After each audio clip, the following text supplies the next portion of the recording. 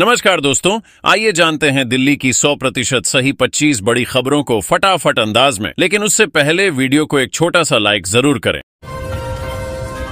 दिल्ली में अवैध आशियानों पर गर्जा बुलडोजर। दिल्ली के भूमिहीन कैंप इलाके में डीडीए ने अवैध बस्तियों पर बुलडोजर चलाया। विरोध की आशंका को देखते हुए भारी पुलिस बल तैनात किया गया। बुलडोजर और पोकलीन मशीनों से अवैध निर्माण तोड़े गए। मौके पर दक्षिणी पूर्वी जिले के डीसीपी डॉक्टर हेमंत तिवारी ने खुद मोर्चा संभाला। कार्रवाई के दौरान कुछ लोगों ने विरोध किया, लेकिन पुलिस ने स्थिति को नियंत्रण में रखा। इससे इलाके में तनाव का माहौल बना रहा।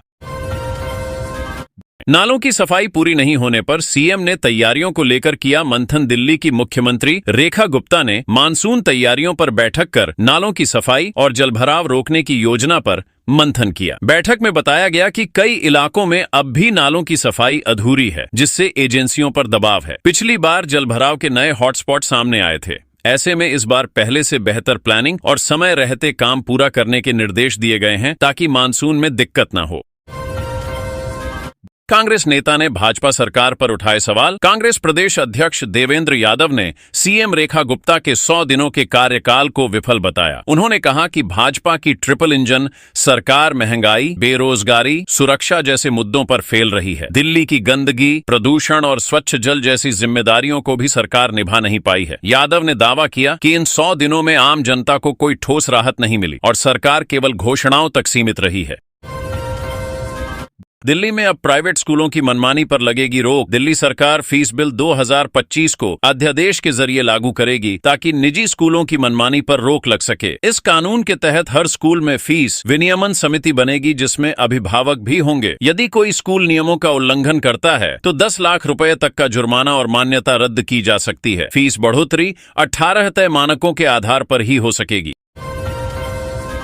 दिल्ली में बीजेपी सरकार की वो 3 जबरदस्त स्कीम, जिससे आपको मिलेगा लाखों का फायदा। दिल्ली में रेखा गुप्ता सरकार ने कई लाभकारी योजनाएं शुरू की हैं। इनमें पीएम सूर्य घर योजना, आयुष्मान भारत टॉपअप, अपना घर आवास योजना, ई वाहन सब्सिडी और दिव्यांग सहायक योजना शामिल हैं। इन योजनाओं से लोगों को सीधा आर्थिक लाभ मिलेगा। सरकार ने रोजगार, स्वास्थ्य, शिक्षा और पर्यावरण पर भी ध्यान केंद्रित किया है। इच्छुक लोग इन योजनाओं के लिए पोर्टल के माध्यम से आवेदन कर सकते हैं।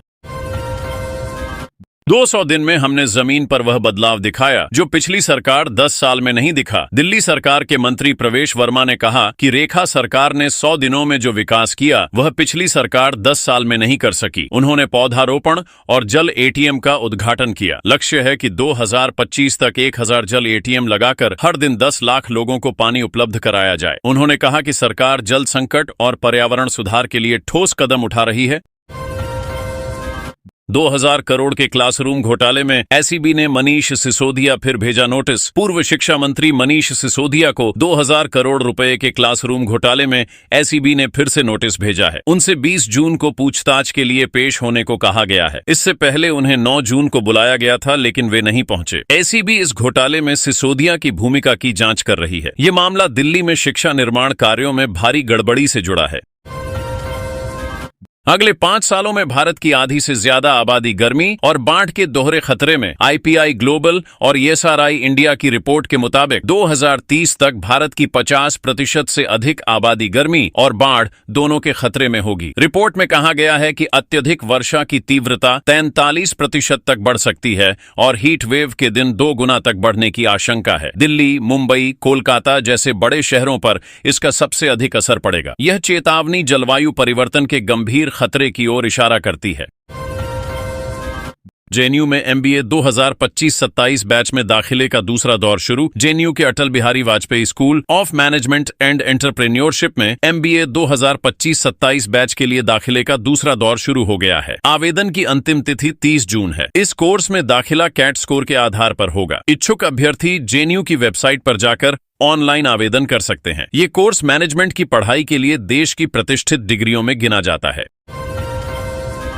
दिल्ली में प्रॉपर्टी डीलर की हत्या मामले में पुलिस के हत्थे चढ़ा। जगन्नाथ शाह अलीपुर इलाके में प्रॉपर्टी डीलर संतोष कुमार की हत्या के मामले में आरोपी जगन्नाथ शाह को दिल्ली पुलिस ने गिरफ्तार किया। जांच में सामने आया कि संतोष जगन्नाथ पर जमीन बेचने का दबाव बना रहा था। इससे परेशान होकर जगन्नाथ ने उसे घुमाने के बहाने बाहर ले जाकर गोली मार दी और फिर पहचान छुपाने के लिए शव को जलाने की कोशिश की। फिलहाल पुलिस मामले की पूरी तहकीकात कर रही है। रोहिणी सेक्टर 16 में बेखौफ बदमाशों ने की अंधाधुंध फायरिंग। रोहिणी सेक्टर 16 में बाइक सवार 4 बदमाशों ने एक घर और बाहर खड़ी 2 कारों पर अंधाधुंध फायरिंग कर दी। गोलियों की आवाज से इलाके में अफरा तफरी मच गई और लोग डर के मारे घरों में बंद हो गए। सूचना मिलते ही पुलिस मौके पर पहुंची और जांच शुरू कर दी। शुरुआती जानकारी में यह मामला आपसी रंजिश से जुड़ा माना जा रहा है।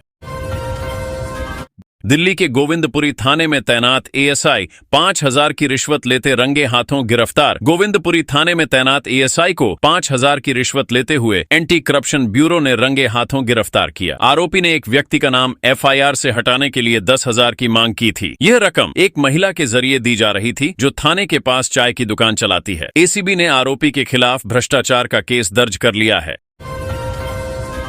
दिल्ली रेलवे स्टेशन पर यात्रियों को मिलेंगी एयरपोर्ट जैसी सुविधाएं। नई दिल्ली रेलवे स्टेशन के पुनर्विकास प्रोजेक्ट पर 4,744 करोड़ रुपए खर्च होंगे। पहले चरण में पहाड़गंज की ओर मल्टी मॉडल ट्रांसपोर्ट हब बनेगा। स्टेशन को एयरपोर्ट जैसी आधुनिक सुविधाओं से लैस किया जाएगा, जिससे यात्रियों को आरामदायक सफर मिलेगा और भीड़ नियंत्रित की जा सकेगी। फरवरी 2026 तक प्रोजेक्ट शुरू होने की संभावना है, जिसके चलते कुछ ट्रेनों को अन्य स्टेशनों पर शिफ्ट किया जाएगा।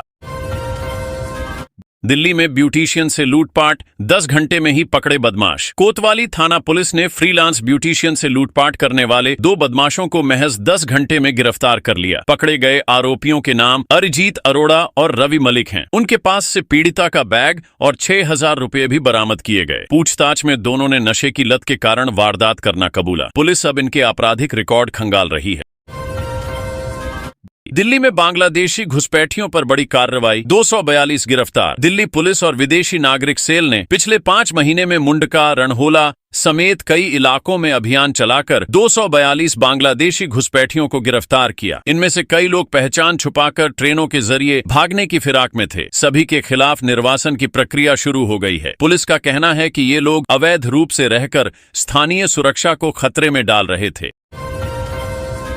दिल्ली पुलिस की बड़ी कार्रवाई, आखिर दबोचा गया हत्यारा नासिर। 6 साल से फरार चल रहा मोह। नासिर को दिल्ली पुलिस ने बिहार के खगड़िया से मुठभेड़ के बाद गिरफ्तार कर लिया। नासिर पर दिल्ली में लूट, हत्या, पुलिस पर हमला और अप्राकृतिक कृत्य जैसे गंभीर आरोप हैं। वह कड़कड़डूमा कोर्ट द्वारा भगोड़ा घोषित था। गिरफ्तारी के वक्त उसके पास से कट्टा बरामद हुआ। पुलिस अब नासिर से उसके पुराने नेटवर्क की जानकारी जुटा रही है।